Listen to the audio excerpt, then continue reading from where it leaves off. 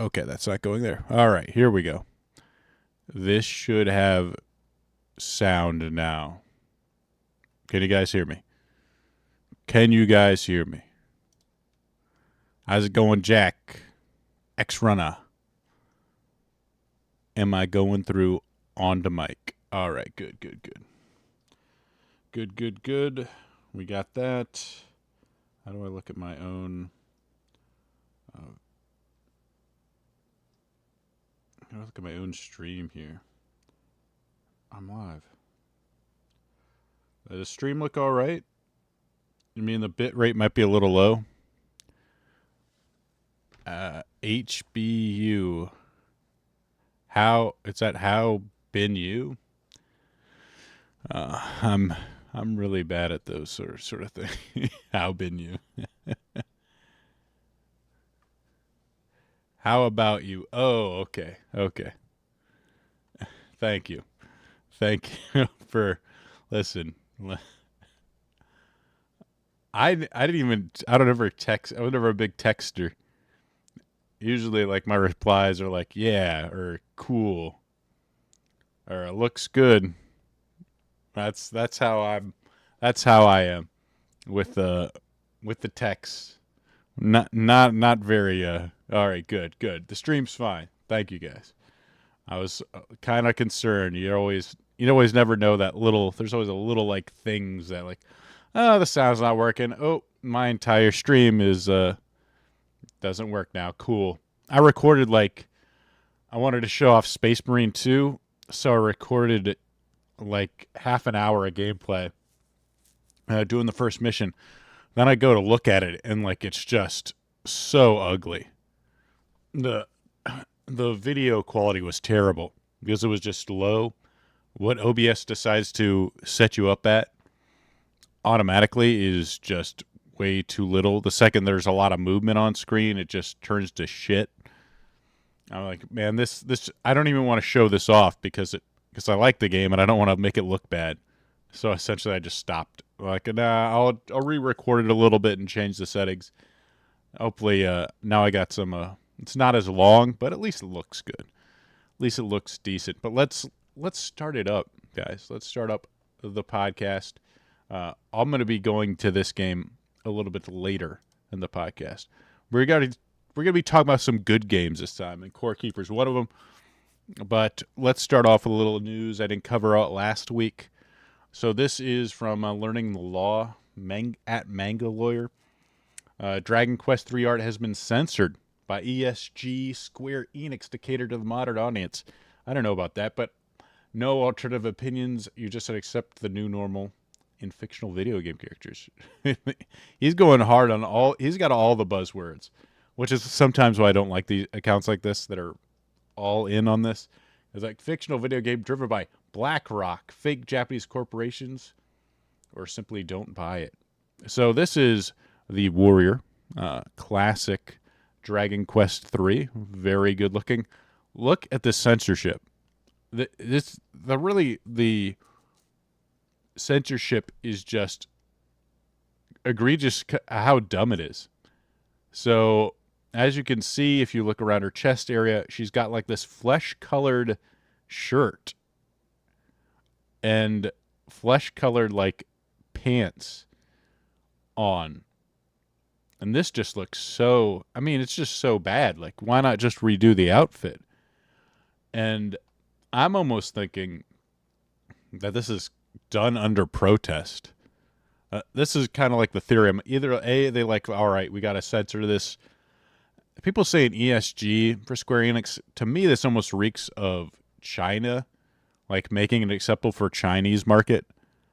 That's what that's my personal thing because they're super big on like near the pelvis area, keeping that covered, not having a certain amount of cleavage, or like it's almost like they have a rule like you can only show a certain percentage of skin. Like if you go and look at Stellar Blade at all, you'll notice like they try and like get around a lot of it with like transparencies and stuff.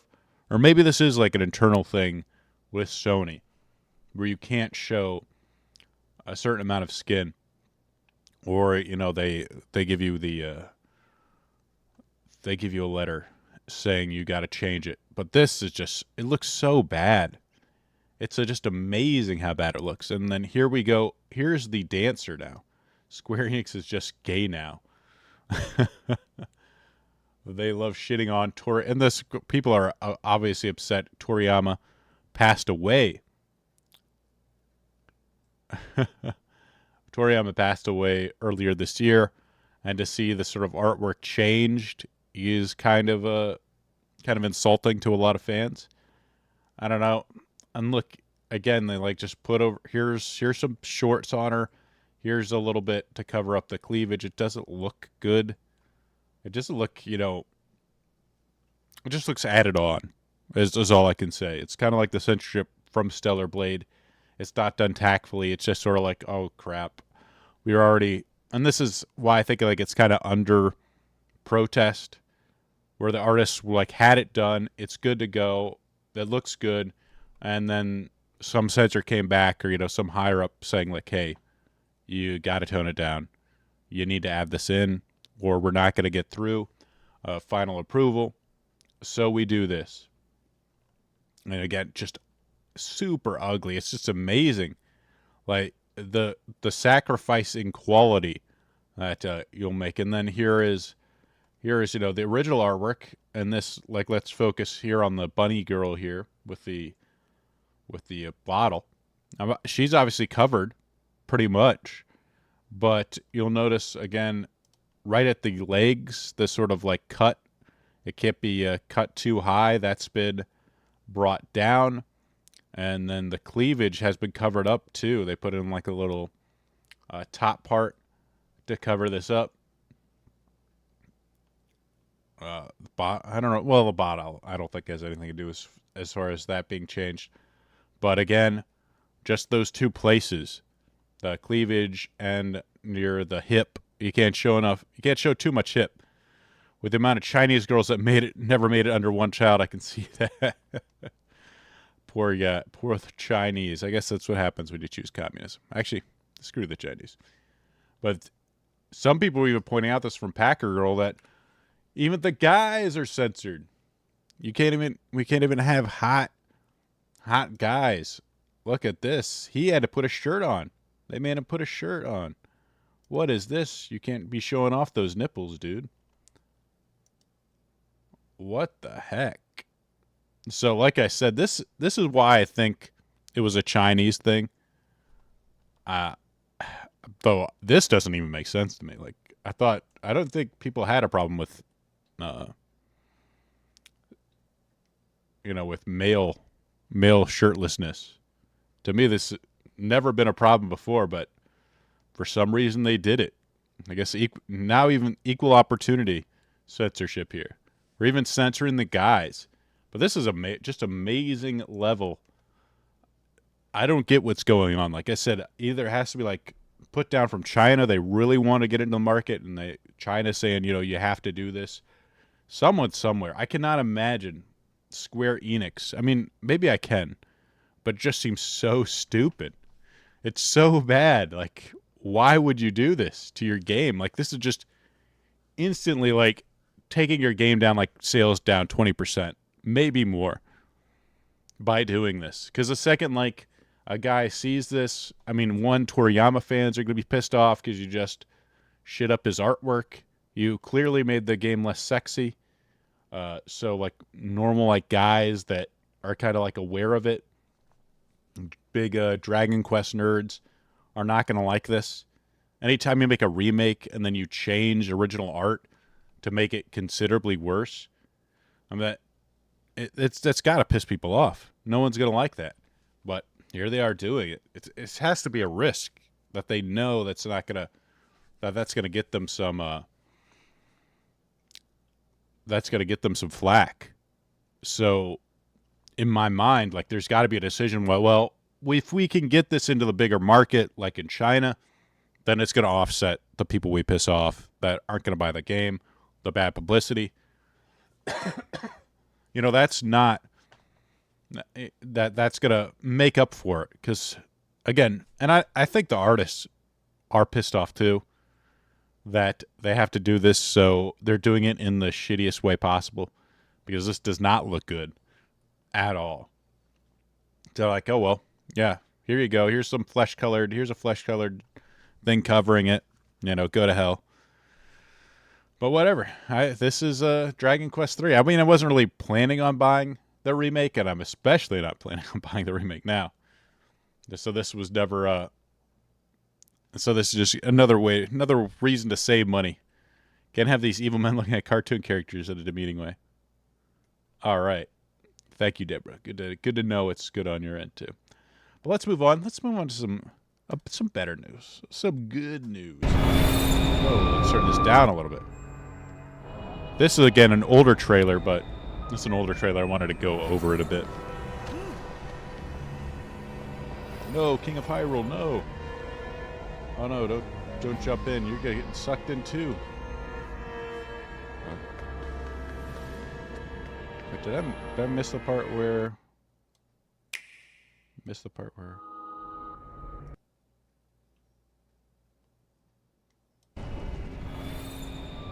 this is covering. All the people are captured.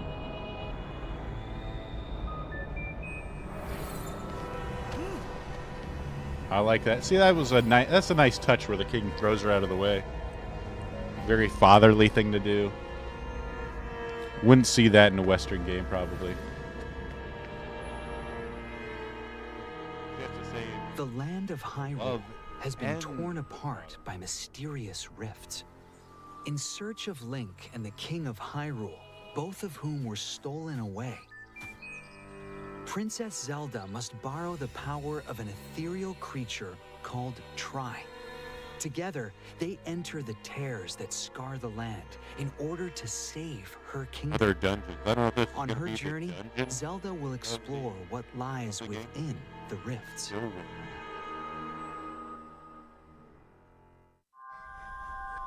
This is the still world. Here, trees... Look at the sort of verticality in the platforming needed to sort of traverse this world. I thought that was, the second I saw it, I thought that was really interesting. When you have stuff like this. Fragments of land. It's very unusual for a Zelda game to have that level of, this level of jumping and platforming. And people and other items that were swallowed up by the rifts. Usually it's just like a wall or a big It's boulder. said they will eventually vanish completely. Wait, did my sound muffled? Exploring the farthest reaches of this world is no easy feat. To do so, Zelda will have to traverse eerie, floating terrain. Because the path is broken up, the echoes you've learned can come in handy. I don't want to be too high, but at the same time, I don't want it to... by creating echoes to use as platforms to bridge the gaps. Massive dungeons can also so a lot of gap clearing, which is interesting. The still world. I think that's going to be a lot of the puzzles in it. Is going to be. Zelda will use her wisdom and echoes to take on enemies and puzzles that stand in her way. Have vertical objects and then move the vertical. There's a lot of different puzzle opportunities with these echoes. It's going to be, like I said, very interesting to see what they do with it.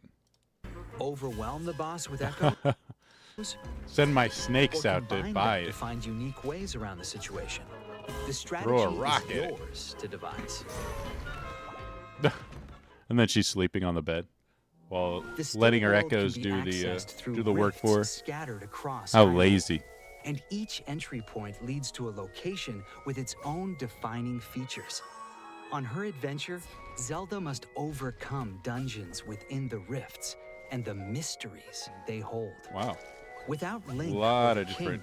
Hyrule's fate rests without overcome dungeons within the rifts. So yeah, just have a floating platform that can move. Mysteries well, that seems pretty easy.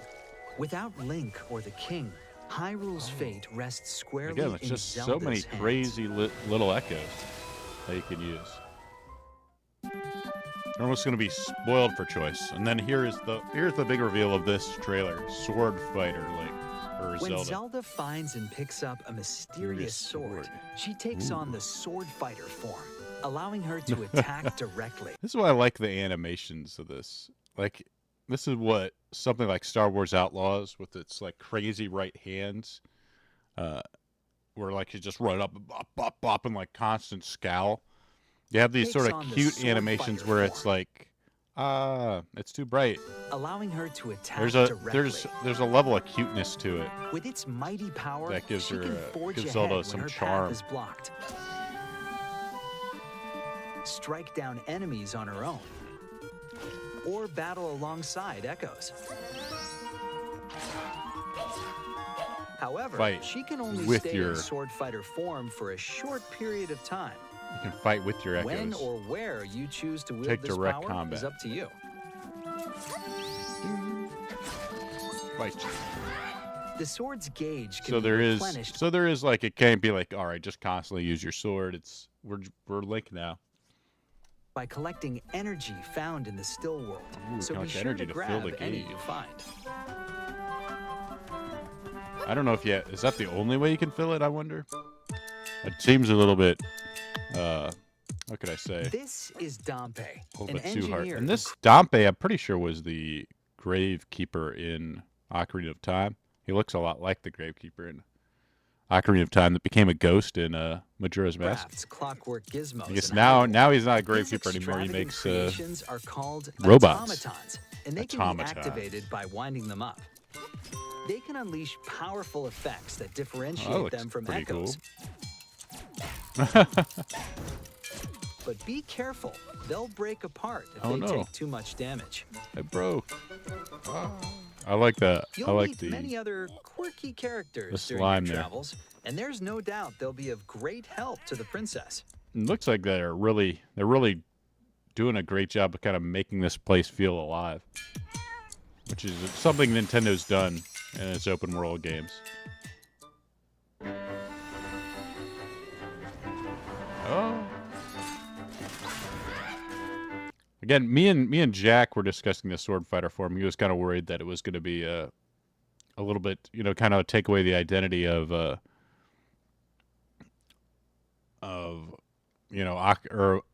echoes of wisdom, because right now the main thing is like she uses echoes to fight. She doesn't fight directly, and this was actually one of the worries that I had about the game, is that it become a little bit boring to just use echoes all the time, like we're constant. All right, now I gotta summon this guy. Now I gotta summon this guy, and you can't really like do damage directly, which is kind of satisfying. But it looks like they're kind of giving you the best of both worlds here. When you want to, you can kind of get in the mix and just slash with the form. That'll be satisfying as like a kind of a treat, or like, oh man, I really need that extra boost of power at this time, which is a fun decision to make players have to make. Where it's like, all right, is this too crazy? I got Moblin with the shield. I'm gonna put out my big echo for this fight, but he's having a hard time. He's 1 versus 3, right here. He's 1 versus 3. But I'm gonna hit sword fighter mode. It's time to get in the fight and attack these guys. I don't know. There's even a bat. There's like 4 guys there. So that's a cool decision to have players make. If you need that extra boost in power, you hop in sword fighter and then you start attacking them as well. Because right now it seems like there's a limit to how many echoes you can have. This is like 3 little triangles, which is probably the max she can summon at a time right now. I don't know what the full amount will be. Whether it'll just be stuck at 4, or they're gonna give you like 8 or something. Probably not that much, but because they have to limit, just how much you can do in order to actually have some puzzles that'll be challenging. If you can just pass everything by like summoning 8 beds, it may not be that fun. It's very cool idea to implement it, and then like, oh, she's hot, she's cold. Again, this is cute. Makes you like want Zelda to succeed. It's not necessarily like, for guys, it's not necessarily like a power fantasy, like I want to be Zelda and summon echoes and save Link. But it's like, oh man, I need to help her out. I'll help protect her by playing well. Like, let me guide you, Zelda. I'll bring you to safety. Oh no, I like that pot. So it's got journey to this traverse graphical and style is save great and it has a Hyrule, ton of character. Princess Zelda's This just wisdom looks is really key to fun. undertaking this adventure. Giant The dragon Legend of boss. Zelda: Echoes of Wisdom. Love Available love September the music 26th too. only on the Nintendo This is just gonna be a Switch great system. time. 26, Pre-orders are available 2 now weeks from on now, Nintendo basically. eShop. I don't know. Is it 2 weeks from now? Let's see. Yeah, not not next Thursday, but the Thursday after, coming out. I'm definitely. Oh wait, that was pretty big. Pretty big reveal there. We gotta give this some attention. Is this Shadow Link? Has Link been possessed? And then boom, he's leaping at you like, uh-oh. That's not good. That's not good. Very kind of a cool ending. Like, we have to fight Link at some point. Or is he going to be like a recurring villain during the game? That'd be kind of cool. Oh, I heard it was leaked. X-Runner in the chat saying it was leaked. I don't want to hear anything about it, but so I guess be careful. It has been leaked. I'm still going to enjoy playing it, so hopefully I won't get spoiled, but they're out there. They're out there, so be cautious. All right, let's move on. So I thought this was kind of interesting because we kind of look at, right now, especially in the sort of right-wing sphere, we think like, oh, East has no censorship, oh, it's no ESG, the bastion of the kind of bastion of allowing people to play games, but Japan still has a bunch of censorship, just different types. Senji Makima slams video game censorship in Japan. The rules are made by people who don't play games. This is from Autonoma by Verity Townsend.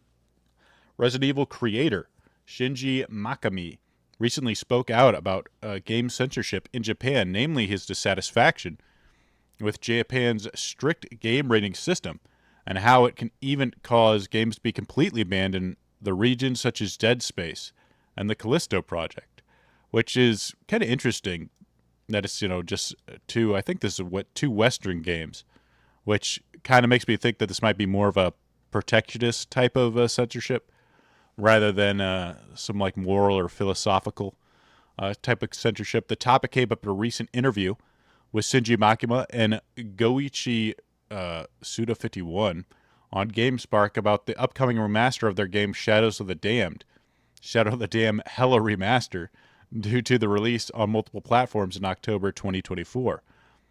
The conversation turned to how differences between Japan's rating system and overseas meant that they had to censor parts of the game for the Japanese console release. For both the 2011 original and the upcoming remaster, basically releasing two different versions. To be launched on consoles, Japan must obtain rating from Japanese SERO board, although download-only titles have the option of getting classification from the IARC instead. All games with the 18-plus content in Japan must pass SERO's regulations. On the other hand, PC releases on Steam in Japan usually end up being uncut, as they don't have to pass through SERO. So this is really interesting that Steam, you can kind of forego censorship, which, look, if this stuff like, hopefully people aren't, console makers aren't going to complain and try and get the stuff censored on Steam in Japan. But I could see, like, Sony being like, hey, like, we can't compete if they're going to allow, uncut games. Meanwhile, the console makers have to cut their games. But this is like typical government stupidity. They don't understand what they're talking about. They don't understand the system. They're just, making up rules as they go. I think this is an odd system because games end up being restricted due to rules made by people who don't play games, blocking the enjoyment of those who want to play them. Miki Mayakami explains, or whatever. Suda51 agreed to commenting, we have no choice but to deal with imposed regional restrictions as part of our job. Which, I wonder, Square Enix have to deal with that. But I wonder what players will think. For example, it's a bit sad to go, I'll buy the PC version on Steam because I want to play uncensored, even though our game, Shadows of the Dam Hella Remastered, is available on a variety of platforms. So you're kind of bringing up the same thing I do. Who are these restrictions for? I feel like they are not for the customers who play the games. On the topic that fellow Valacios rules mentions the original Dead Space, it could not be released in Japan, and this is really interesting due to Sero's restriction on those who wanted to play it and had no choice. At the time, the game developers, EA Wretched Shores, this left such an impression on me that I remember it even now. One of the people there was in tears saying, "We can't sell the game in Japan even though we worked so hard." Really in tears. But it's been criticized for its vague review process and lacking consistency in games it denies ratings to. The Dead Space remake was also reviewed classification for dipping cross-sections of severed body parts and internal organs. However, Stellar Blade was released uncensored with a Zero D rating for similar levels of gore in 2024. So it's kind of interesting that Japan, this for like an American audience, like gore is like nothing. Violence, A-okay, like who gives a crap? Nipple, like, oh my God, no, we can't have it. But, blow someone's head off. Who cares about that? But in Japan, I guess, they don't like, cross sections and severed body parts. Of course, Stellar Blade was allowed to be okay. Historically, Sarah has been particularly tough on gory depictions of severed body parts. However, they also called for censorship or removal of sexual content for games qualified for a Zero Z 18+ rating, including the removal of sex scenes from the Japanese release of The Witcher 3: The Wild Hunt and Baldur's Gate 3, in which genitalia was also censored in a rather amusing ways. Which, again, like you see these two games, The Witcher 3 and Baldur's Gate 3, and I have to wonder, like, is it slightly kind of protectionist? Like, hey, you Western, you Gaijin developers, we're going to make your thing worse. Just for the heck of it. I don't know, maybe. But this was really interesting to see that even in Japan, the East, the sort of free of wokeness, they still have to deal with certain things, just in a different light, where it's gore mostly, but I guess also sex scenes, where it's kind of interesting because I think the same thing does kind of happen in the West, where like Eastern developers, it's a different culture, certain things are different things are more acceptable, and then they see it and like, yeah, no, you have to censor this. Like, we don't like. This girl looks a little too young. You got to censor her. This is a little bit weird. We don't like that. So what? Meanwhile, in Japan, they're like, well, fine. That's fine. This 8-year-old girl, you can show her panties. Who cares? That's just normal Japanese anime. What's the problem with it? But so yeah, different rules in different cultures. This, I don't know what to make out of this, Nessar. I don't know what to make out of this, but it's kind of weird when an entire gaming team has resigned. And this happened to Anna Perna's entire gaming section just left. This is by IGN, by Rebecca Valentine. Horrible activist, but this is nothing to do with that. IGN has confirmed, based on conversation with our sources, that states the Annapurna Interactive president Nathan Gray has recently been in negotiations with Annapurna founder, the billionaire Megan Ellison, to spin the gaming segment off as its own company. However, Ellison eventually pulled out of negotiations, with points Gray resigned. Almost 30 other individuals, including the division's co-heads, Deborah Mars and Nathan Vella, as well as the entire remaining staff of Annapurna Interactive, joined him. So they were ready to walk out. They were with him. They were ready to walk out, which is kind of amazing. So I guess, Nathan Gray Nathan Gary has his team has his back. I don't know what exactly the negotiations were still ongoing. Maybe they wanted it being as a separate company for some, financial reasons or whatever. Announced that a rehired Epper game executive Hector Sanchez is the president of the Interactive New Media. Imperial Doyle is the head of strategy. IGN understands that Sanchez was expected to head up Annapurna's gaming efforts in Gary's absence once his part of the company was spun off. Now with Gary resigning, Sanchez has taken the lead. So our top priority, this is amazing, this says, our top priority is continuing to support our developer and public departure during the transitions. We're committed not only to our existing slate of games, but also expanding our presence in the interactive space as we continue to look for opportunities to take a more integrated approach to linear interactive storytelling. across TV, games, and theater. That sounds gross. I hate when games try and become movies and that kind of stuff. But they're still going to try to get their stuff done. So Sanchez has spoken with the partner developers this week to reassure them that Annapurna will continue its existing contracts and replace departed staff. Like, if I was a partner, I'd be like, so wait, your entire team just quit and you're going to replace them? Like, how is that going to affect quality here?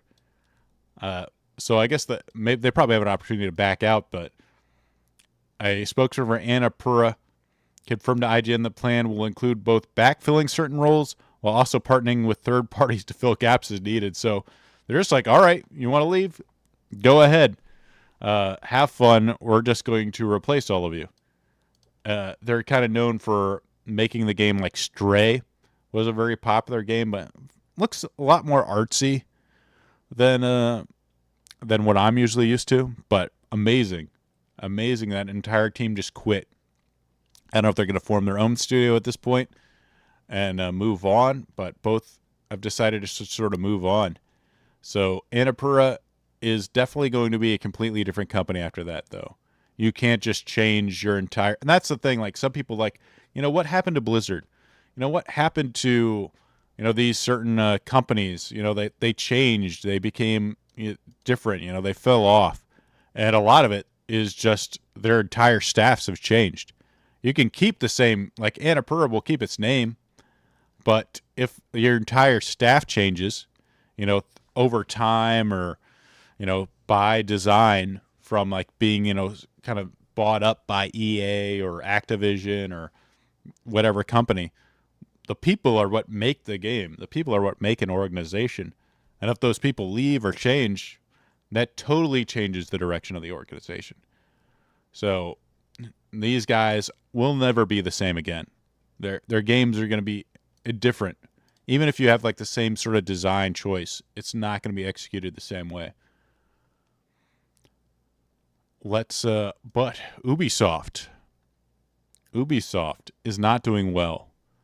And this is Ubisoft being pressured to go private as share prices continue to fall. Ubisoft is facing pressure from investors to take the company private as its shares continue to fall. I think I covered this last week, but the share prices went to like a 10-year low. And now Ubisoft, UG Investment is saying that Ubisoft is undervalued company and should be worth 40 to 50 euros per share. The hedge fund says it has concerns about the future of Ubisoft as well as its current management.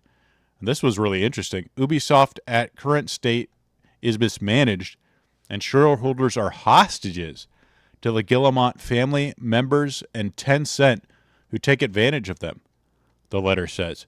Management is focused on pleasing investors with beating quarterly results and not focusing on long-term strategy to provide exceptional experiences for the gamers. Our company has extensive knowledge about the game industry, and we are long-term shareholders in Activision Blizzard's. And we stated our Ubisoft position a couple of weeks ago, and still adding to it. So this is really interesting. AJ Investments calling them out, saying that Guillemot and Tencent just want easy quarterly earnings. You usually don't think of investors as the guys that like saying like, hey, maybe you should focus on making long-term strategy and making good games instead of putting out, your current slate of garbage, which, Star Wars Outlaws was well received by the media. And it's, though, even them, they're very positive to Ubisoft. It has the right characters. It's towing the right lines to get good media coverage. Even they were like, yeah, there's some good stuff here. It's a good open world game, but there's still a lot of kind of goofiness, a little bit at rough edges on this stuff, and really just not up to the usual quality that you expected from Ubisoft back in the day. It's not doing as well as it should have done in terms of sales, and I honestly think that the new Assassin's Creed is going to be a disaster. I don't think it's going to do well. I think the idea of going with the sort of black protagonist is not going to help them. I think it's going to hurt them. And AJ Investments is putting this out there. I think they know that if the Assassin's Creed is a bomb, this is going to be there's going to be even more pressure for Ubisoft to go private or to have like a major change up here. So it's going to be interesting to see how this plays out. Because Xdefiant isn't doing well, Star Wars Outlaws is underperforming, and I think Assassin's Creed Shadows is going to have some issues. So things looking a little grim. It'll be interesting to see how this plays out in Ubisoft. Personally, I think they can't go away fast enough. The stuff they're putting out looks like garbage. This was the other big news, and I'm having a little bit of a hard time caring about it. Hey, JBB, good to see you. So I'm not like a Sony gamer. I don't usually own a PlayStation. It's Switch, PC for me. So I'm kind of like, whatever. But the PS5 Pro came out, and it announced its price. It is $700. And people were freaking out. $700? What are they thinking? So this is Geoff Keighley here, having come in to defend him. It seems like the media is very pro-Sony. I don't know why. I don't know if they're just all the money they put in, but they're like, yeah. No, guys, listen. If you adjust for inflation, look at this. The PS3 was almost $778 at the time. Of course, it did get a note here, community note.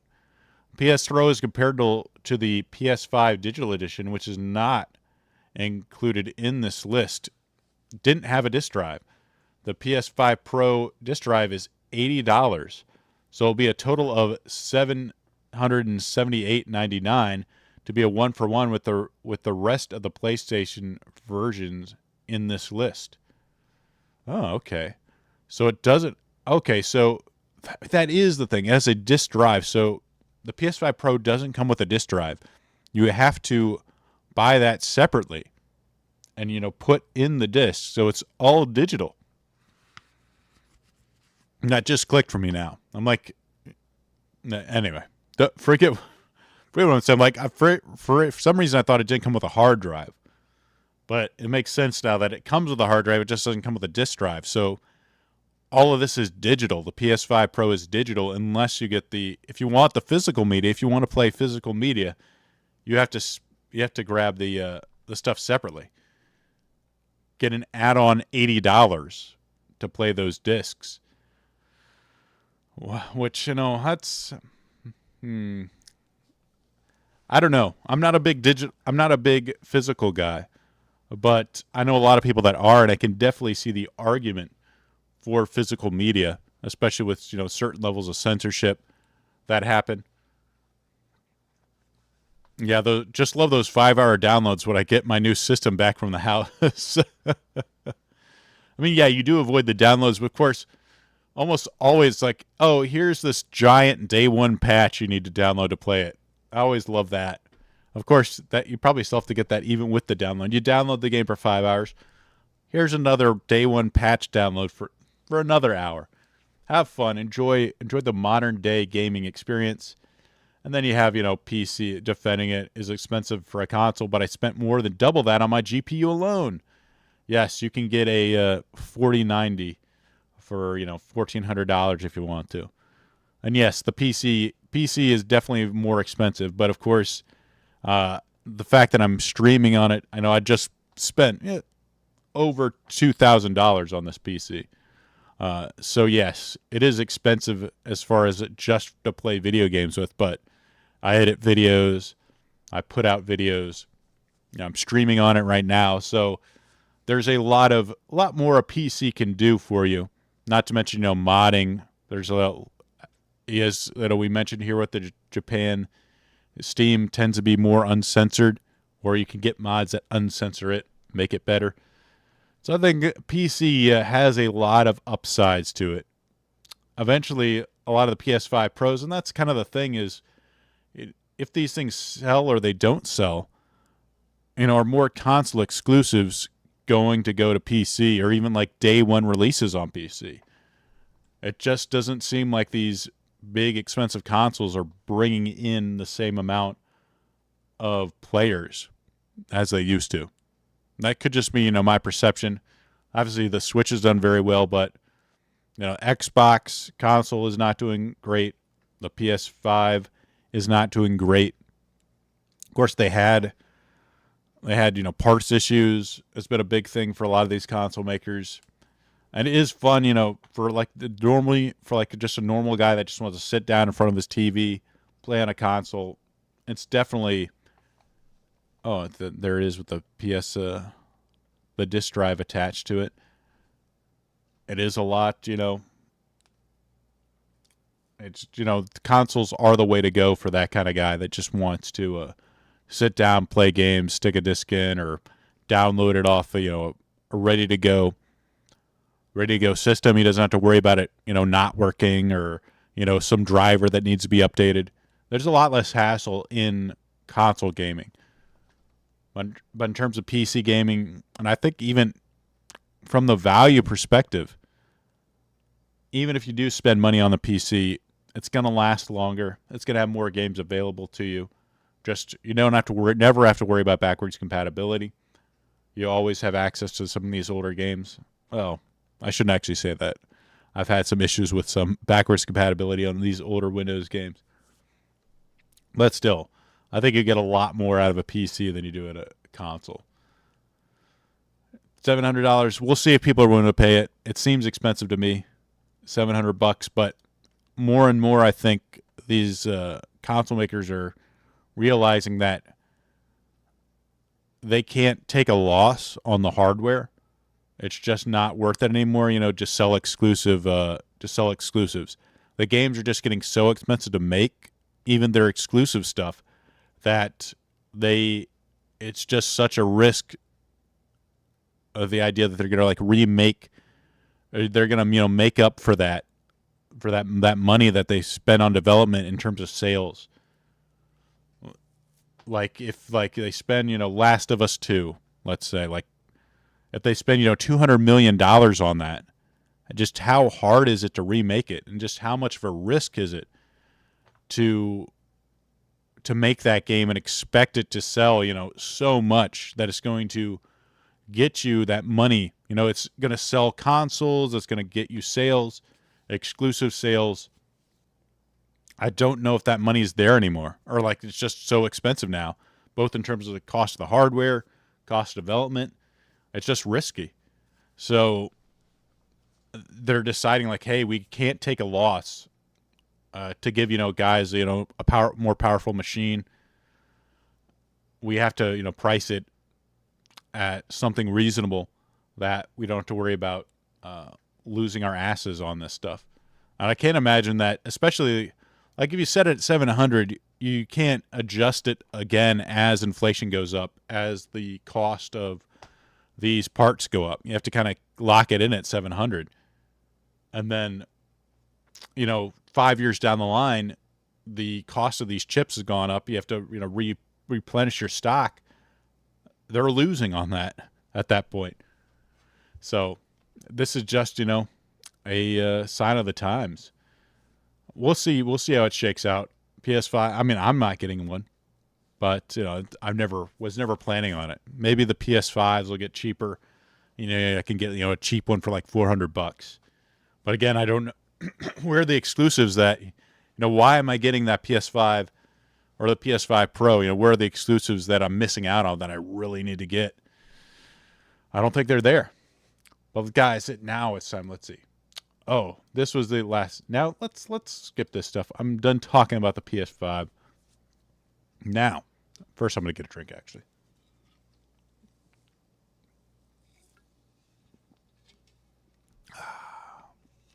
Nice, delicious drink.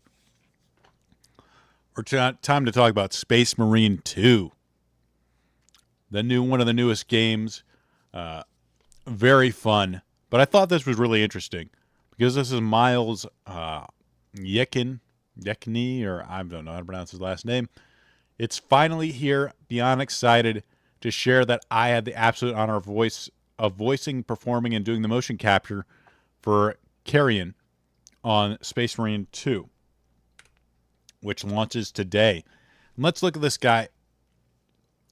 as they do like motion capture, this is kind of a new industry thing. And I think they mostly did it just for the lips here. That way, when he's talking, it seems like it's real. But look at the difference in the model. On a lot of like these other games like Concord, you could even argue Star Wars Outlaws, they really tried to make, these women seem similar. But, with this gentleman, they decided, you know what, your chin isn't a foot wide. So your jaw isn't massive. So we're just gonna make you look crazy. And it's such a good thing to do too. It's like it doesn't look that much like him, but they decided like, hey, if you put this face on a Space Marine, he's not going to look sufficiently badass. This needs to look like a chiseled veteran. And I don't know about when you looked at, say, MK1 Cyrac. This is one of the issues. Not Cyrac. What's the yellow one's name? Sector? Was it Sector? No. It was Cyrac. I was right. Why are they showing me the... Hold on. I'm going to bring up Cyrac for you guys because I thought she looked dumb. Let's see. Images. Give me MK1 Cyrac. Here's her face. Here. Just show me her face here. Let's expand this. Move it over. Boom. It's like she does not look like a warrior. This isn't like a warrior's face here. There's no scars on it. She looks kind of confused in this, or like sad. Meanwhile, this guy looks like a total badass. He's got like all sorts of like wrinkles and stuff and scars and sort of blemishes all over his face. He looks grizzled, like he's been through like 1,000 fights, and he probably has. And I think this is a lot easier for them to do with male characters. Like, male characters don't really care. You're not objectifying. He's not being objectified by making him look like a total badass. Is he really going to complain, oh my God, I can't believe they objectified me by giving me a foot-wide chiseled jaw. Oh no, I've been giga-chatted. How dare they? How dare they make me look like this? So that in this like context, it's really easy to do for men. I don't know if it's going to be the same for women. Like, what if they made her face thinner or like changed the shape of her eyes here? Would they be accused of sexism? Is this a concern that these developers are going to have? It seems like they do. They do seem very tapped into this sort of sort of feminist outrage. Ironheart. I'm not sure what Ironheart, what that's referring to. But this is, you look at this and like, damn, he looks badass. I mean, you wouldn't recognize him, and thankfully he doesn't seem to care, because I would rather have this guy show up, and a guy that's not, one-to-one replica of the actor. I want to see this guy as a badass. This is the right way to do it. Make this guy look like a Space Marine rather than using this guy's face one-to-one. And this is what they should have done with Cyrac here. I mean, she doesn't... It looks goofy, in my opinion. She doesn't look like someone that, like a trained killer. This isn't the face of an assassin that lives to kill people. And of course, I think they're trying to go like, all right, she's more of a hero, a reluctant accomplice, and like she's gonna have a change of heart and help the heroes. She doesn't want to destroy the wedding, but look at this. This is the right way to do it. That was the only thing I wanted to comment on. Let's move on. Space Marine selling 2 million units, or 2 million players have joined the fight. So it's doing incredibly well. It's good to see, and I think it's for a good reason here. Let's get into Space Marine. You got the Thunderhawk landing. This game just looks so good. I love the way it looks.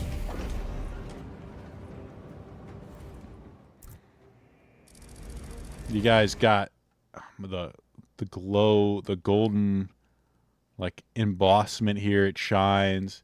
The armor looks great. The texture. Captain Akaran has new orders for you. And have these little, you know, it's all beat up. They got dents. We got separated. By the time we had slain the attackers, Elian no, it is not. It's something put a hole clean through his helmet. Space Marine 2 is not on Switch. It couldn't handle it. I only wish he had lived to see that hive ship burn.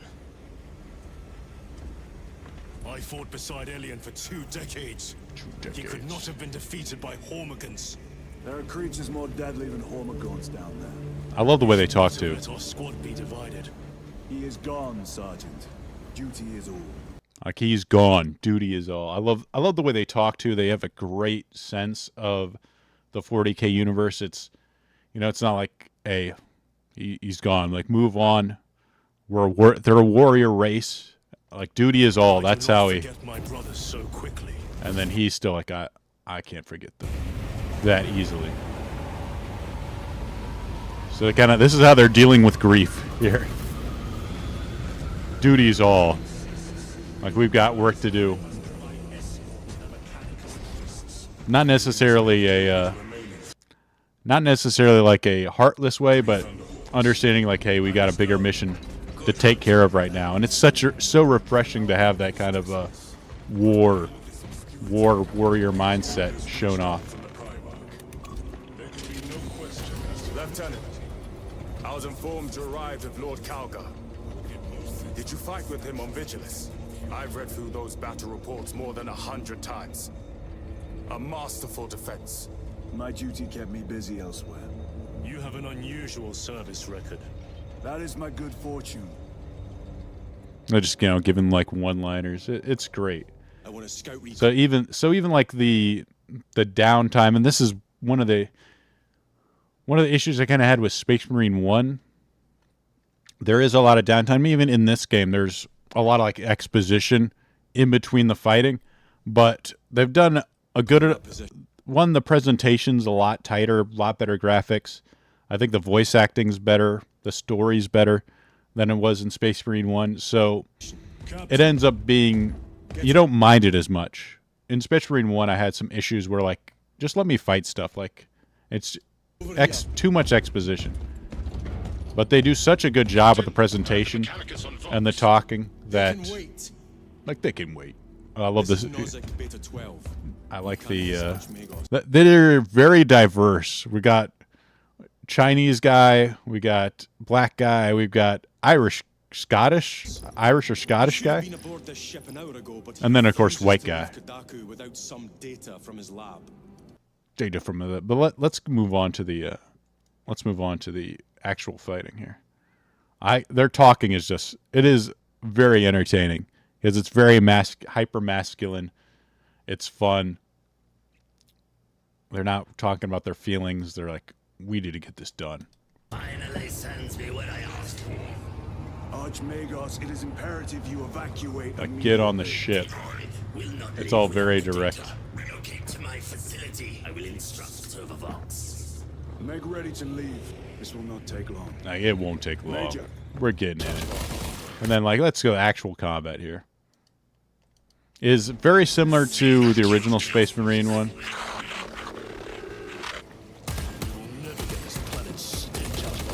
Which I like it. They added a counter system in it. I'm not like super crazy about it. I think like Helldivers has better gameplay in terms of the fighting and the sort of hecticness of it. But the presentation of this is just so good that it's just so fun. I mean, look at this is such a great way to kind of like you have to have an arena here. It's very straightforward, the maps. It's essentially just a linear path, and like you have to block off some of these areas to stop progress so you can just run through it. But rather than having like an invisible wall, they have these things that you have to like break down and then like interact. Interact is the one way to put it. And then you're just hammer blowing this stupid plant, like boom, and then it just dies. So just to kill them. It's just such a fun way to like, let's make you look like a badass even while you're opening a door. What was that? We are being hunted. We're being hunted. The way the guys moves, like it's very heavy, but also fast. Septimus. Damn it. This is the work of a lictor. Sergeant Gadriel to Resilient. 2 of our brothers have fallen in battle. Send an apothecary. Received. We shall honor them, Brother Sergeant. Let's get into a heavier fight. The sound design's great too. The reload, I don't know, the armor, I don't know how much it is. I think it's several hundred pounds. These are obviously like superhumans. So the ceramite armor can't be wielded. Their armor can't be wielded by normal people. Of course, like there's like some sort of connection, biomechanical connection between the thing. They're like actually like hooked up to it. They have like this second skin that goes over it and then connects to the armor. Hey, what's up, Silver Bishop? It's very cool. And like they have this counter system where you can counter these guys and shoot them. It makes things interesting. It gives an extra layer of depth to the sort of melee combat that it was missing in Space Marine 1. Instead of like just like running around, hack, which you did in Space Marine 1 to fight the orcs, they added the counter system ends up working out, and the executes are very cool, and they made them much more seamless than they were in Space Marine 1. Oh, it's 700 pounds? I believe that.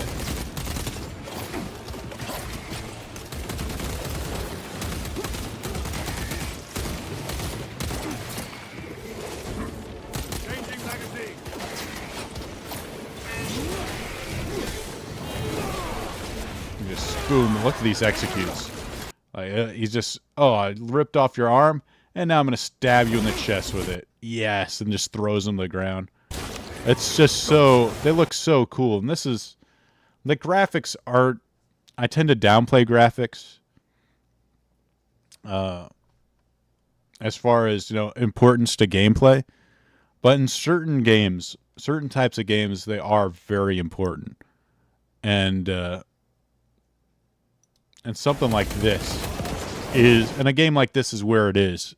Having the extra level of graphical detail and gore just makes it so much cooler and just so delightful.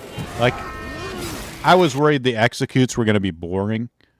I mean, considering just how many times you do them, especially in the course, like you're probably going to end up executing like 100 different people. So like you're stopping and then doing this motion almost every time. I mean, you are rewarded for it in terms of you get the armor back. You're invulnerable while you do it, which was a change from the original Space Marine, which I think was a good idea. Because you're rewarded for executing instead of potentially punished. Which, I mean, I guess takes away a little decision, like, should I execute, should I not? It's almost always better to execute.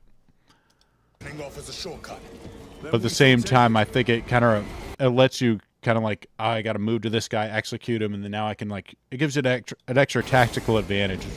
Kind of like using cover. So rewarded for executing. And then this is the parts where, like, you had the fight, and now you have a lull here where you move on. And having the extra graphical detail and just how nice the environments look makes that a lot more bearable.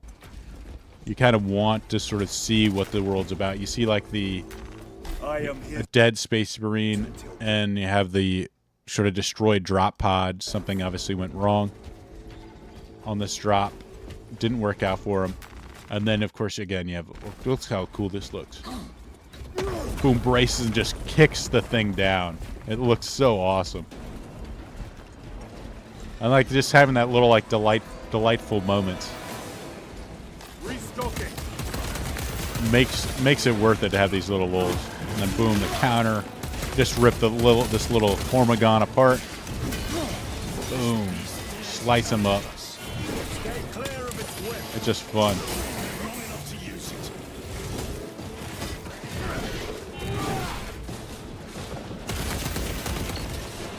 Got another counter. I'll just slice you in half. Again, you're rewarded for the counter too. You get armor back. And then the execute gives you health and armor back too. Then just being like a little, kind of like fun moments to get proper execution and reward you for sort of like good gameplay. Again, I don't mind the executes. They're quicker. They kind of go seamlessly in and out of.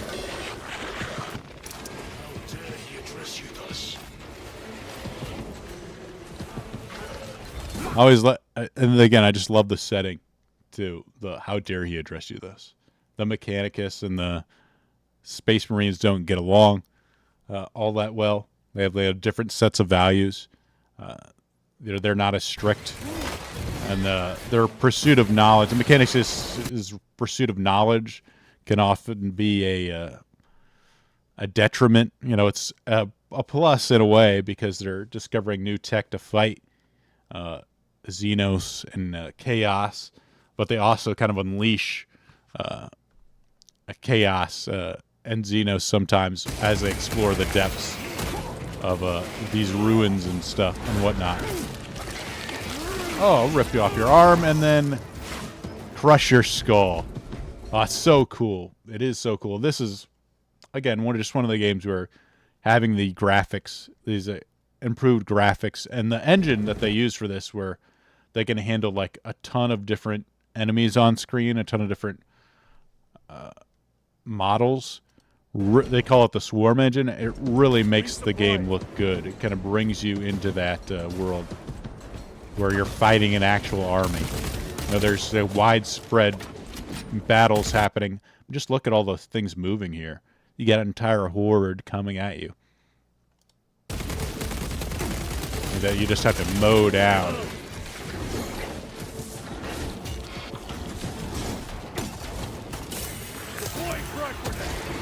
Throw the grenade here. Oh, it's so good. I really enjoyed the game. The single player experience is about 12, I'd say about 10 to 12 hours long, so it's short. But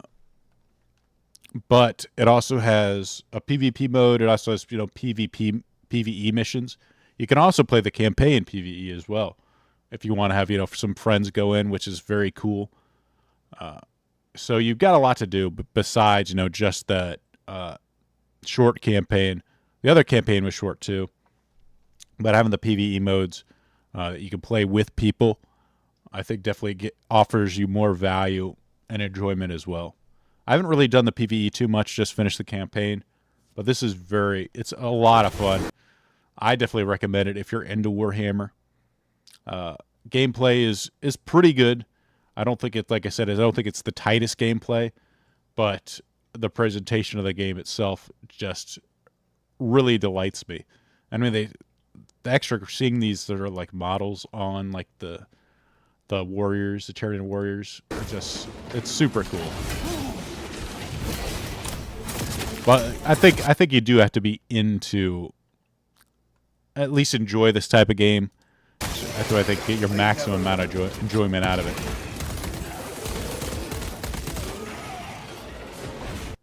Hey, what's up, Nuke? Good to see you. Let's move on from Space Marine. Actually, let's watch this execute. Stabbed him in the chest. It's just it's so much fun. I miss the games like this. I miss games like this where it's just like super high. If you want a game that's just super hyper masculine, you're killing stuff exploding into blood, this is the game for you. And then on the exact opposite of the spectrum here, we've got Core Keeper. This is a game about, this is kind of, if I had to break it down to other games, if you've played Terraria, Minecraft, those sorts of game. I don't know if I want to go with Stardew Valley, but maybe I guess Stardew Valley in a way. It is sort of like, top down. No, lost connection. I was playing with my brother. Occasionally you lose connection. There's still some bugs. It's a smaller indie game. It currently is, let me bring up the Steam price. Steam Core Keeper. It is currently at least okay. It's $20. It was on sale for a while, but still $20 is fairly cheap, and you can get a lot of hours of gameplay out of this. And it's one that, so a game that probably takes to explore like everything, probably 60 hours. It's very, like I said, yes, cozy is definitely the word for it. Cozy indie game. I think the combat itself is pretty fun. You kind of have to dodge projectiles, kind of move in and out of cover. It's Steam only, I believe. Actually, no, I don't think it's Steam only. It's I think it's being released on other games other than PC. I don't know if it maybe right now it's only on PC. I assume eventually it would probably come out to different. They just had their full release. It wasn't early access. I assume they will kind of release it on other systems at some point. But right now, yeah, it's PC only. Fun game. It's very easy to play with other people. It's kind of seamless. I just hit join game and I join my brother's game here. We're playing with him. We're about to fight a boss. I mean, the boss battles are. This one was pretty tough, but we didn't have the sort of right equipment. We had to sort of like move away from here, and we sort of failed the first time. We had to get some anti-burning food, so we wouldn't get burnt by this guy.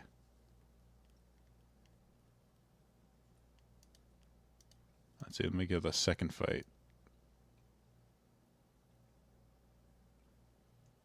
So the second time around, we did not mess around here. We decided to start up the fight. We got the pattern down.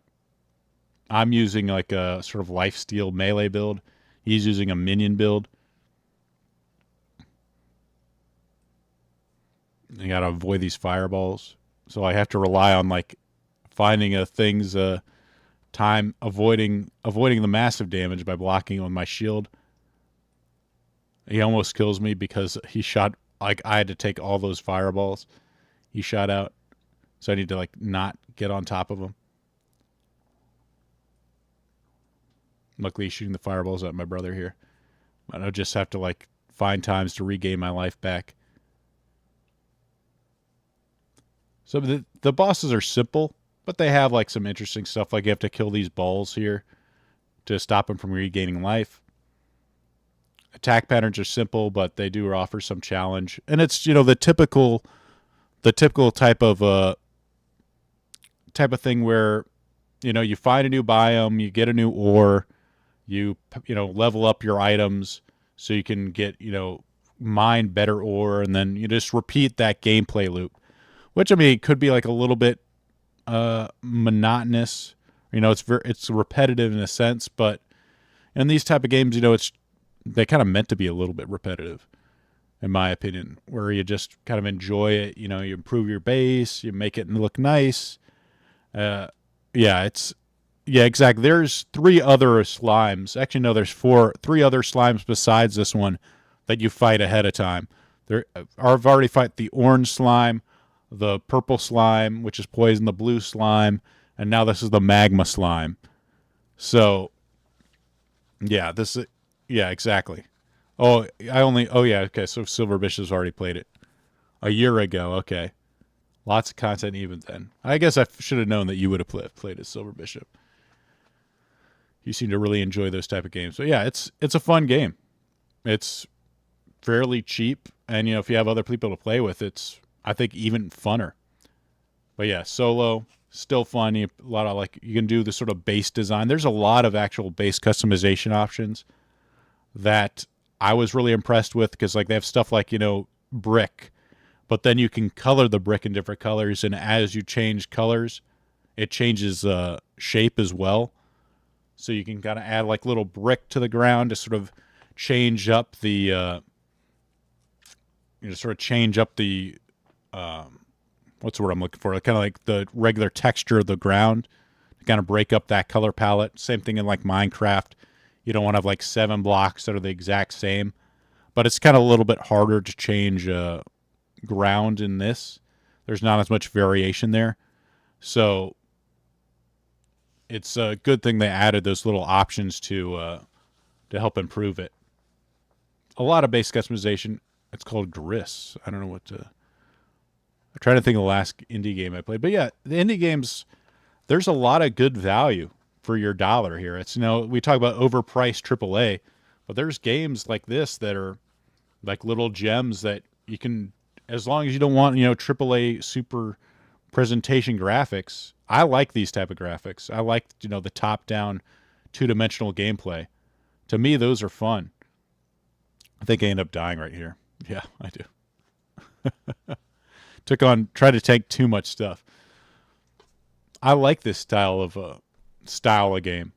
I like, the old 16-bit era. So having games like this that are super affordable, that kind of fill that niche for 2D gameplay, just a lot of fun. And of course, yeah, if you play with other people, even better. But Core Keeper. So yeah, I definitely recommend Space Marine. Definitely recommend it. You're paying $60 for this, assuming you didn't pay for the early access. Core Keeper, it's only $20, and you can get a lot of playtime from it already. I don't know how much playtime I have on it right now, but I think it's over like 40 hours from Core Keeper. Lots of fun. But guys, that's it. That's it for if you enjoyed it, please like the video. Please subscribe. I'm going to be hosting Post Zero, so stay tuned to my channel. In less than an hour, we'll be starting there. It's going to be about propaganda. As far as, video game channel, media, it's become a vehicle for propaganda. So we'll be talking about that and the sort of propaganda that men have to deal with. Especially, young guys have to deal with overcoming and dealing with. So I think that'll be very enjoyable for you guys. And we'll talk to you later. Thank you for joining me. Goodbye.